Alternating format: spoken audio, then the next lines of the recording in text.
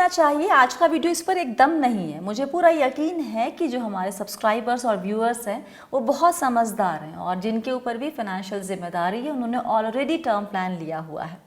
लेकिन आज हम चाहते हैं कि आप एक सिचुएशन को इमेजिन कीजिए।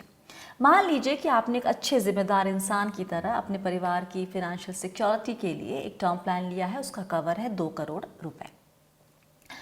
इसके बाद आपके पास एक होम लोन भी चल रहा है 50, 60, 70 लाख का, कोई भी रकम आप इमेजिन कर लीजिए। शायद आपने किसी भी वजह से एक पर्सनल लोन भी 5-10 लाख का लिया हुआ है। अगर आप बिजनेस करते हैं तो अपने बिजनेस को एक्सपैंड करने के लिए भी आपने बैंक से कुछ कर्ज लिया हुआ है और साथ ही आप उम्र के उस पड़ाव पर हैं जहां पर आपको लगता है कि अभी तो आपको वसीयत बनाने की कोई ज़रूरत लगती ही नहीं है और भगवान न करे एक दिन आपकी मृत्यु हो जाती है। बैक ऑफ द माइंड आपके दिमाग में हमेशा ये बात रहेगी कि आपने अच्छा खासा कवर का एक टर्म प्लान लिया हुआ है और आपके जो परिवार के सदस्य हैं, बीवी और बच्चे, ये फाइनेंशियली सिक्योर हैं। लेकिन क्या वे वाकई फाइनेंशियली सिक्योर हैं? कानून के हिसाब से आपके ना रहने पर जो पैसा आपके परिवार को मिलता है, बीवी बच्चों को, उस पर सबसे पहला हक उनका होता है जिन्होंने आपको कर्ज दिया है। तो इसके हिसाब से बैंक, वो सारे इंडिविजुअल्स जिनसे आपने कर्ज लिया है, या फिर कोई ऐसा लोन पर्सनल या बिजनेस जहां आपने गारंटर के तौर पर साइन किया था, इनका हक बनता है उस पैसे पे। और एक बात ये भी हो सकती है कि क्योंकि आपने वसीयत नहीं बनाई है तो आपके परिवार के जो बाकी सदस्य हैं, जैसे माता पिता, भाई बहन, वो उस पैसे पर क्लेम कर सकते हैं कह के कि हम कानूनी उत्तराधिकारी हैं। हो गया ना बंटाधार उस प्लान का जो आपने अपने परिवार यानी बीवी और बच्चों की फाइनेंशियल सिक्योरिटी के लिए बनाया था। क्या इस सिचुएशन से बचने का कोई तरीका है? जी हाँ, तरीका है। आप टर्म प्लान लेते वक्त मैरिड वुमेन्स प्रॉपर्टी एक्ट के तहत टर्म प्लान लीजिए। ये एक्ट क्या है, इसकी definition ICICI prudential life insurance की वेबसाइट पर ये लिखी हुई, आप पॉज करके पढ़ लीजिए, मैं बोलूंगी नहीं।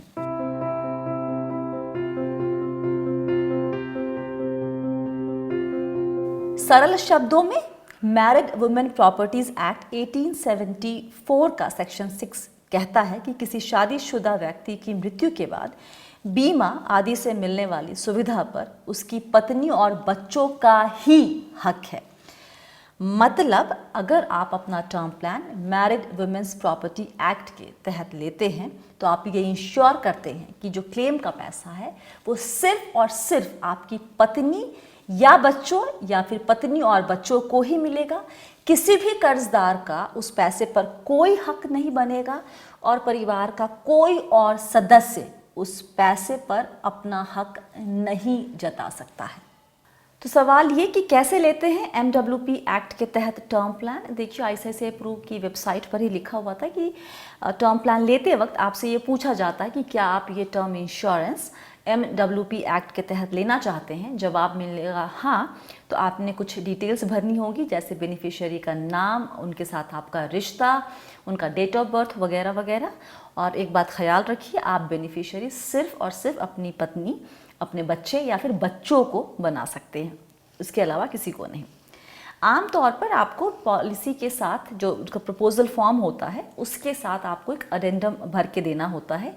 ये अडेंडम आपको इंश्योरेंस कंपनी की वेबसाइट पर भी मिल जाएगा और ये ऐसा दिखता है, देख लीजिए।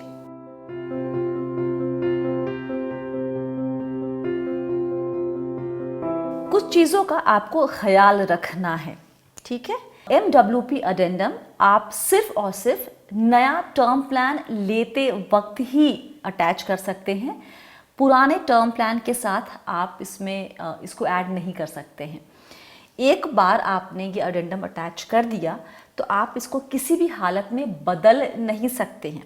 भगवान न करे कि कल को आपके रिश्ते में दरार आ जाए और आप दोनों मियाँ बीवी अलग होने की सोचे तो भी उस हालत में आप इसको चेंज नहीं कर पाएंगे। उसमें सोल्यूशन सिर्फ यही है, अगर आप चाहते हैं कि आपकी पत्नी ना रहे उस पॉलिसी की क्लेम की हकदार, तो आपको वो पॉलिसी बंद करनी होगी और नई पॉलिसी लेनी होगी उसके बाद।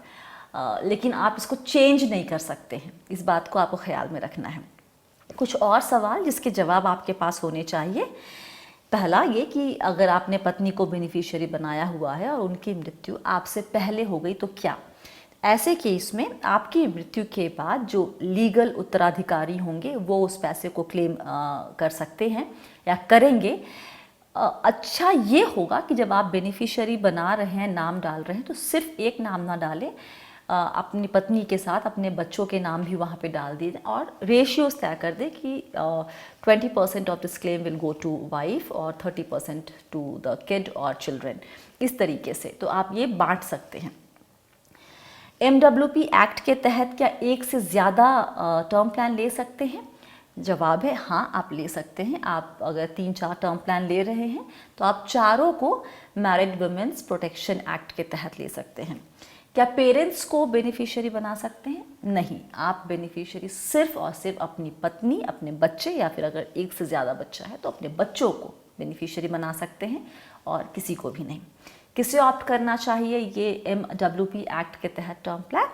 देखिए, बिजनेस करने वाले लोग या फिर वो सैलरीड लोग जिनके ऊपर कोई लोन है या कर्ज है, या फिर ये कैटेगरी वो जो अपनी फैमिली को अपने लालची रिश्तेदारों की बुरी नीयत से बचाना चाहते हैं।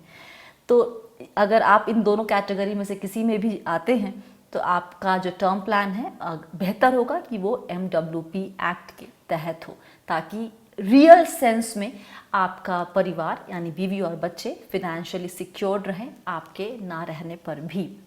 अब आपके लिए सवाल, आपने टर्म प्लान तो लिया है लेकिन क्या वो MWP एक्ट के तहत लिया है? पहला सवाल।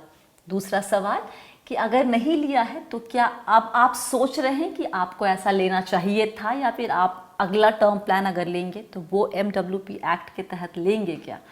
जवाब नीचे कमेंट करके दीजिए। फिलहाल इस वीडियो में इतना ही।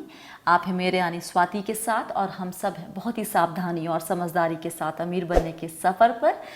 आप सभी को मेरा बहुत सारा प्यार और दुलार, अपना वक्त देने के लिए बहुत बहुत शुक्रिया। Stay blessed, healthy and be wealthy.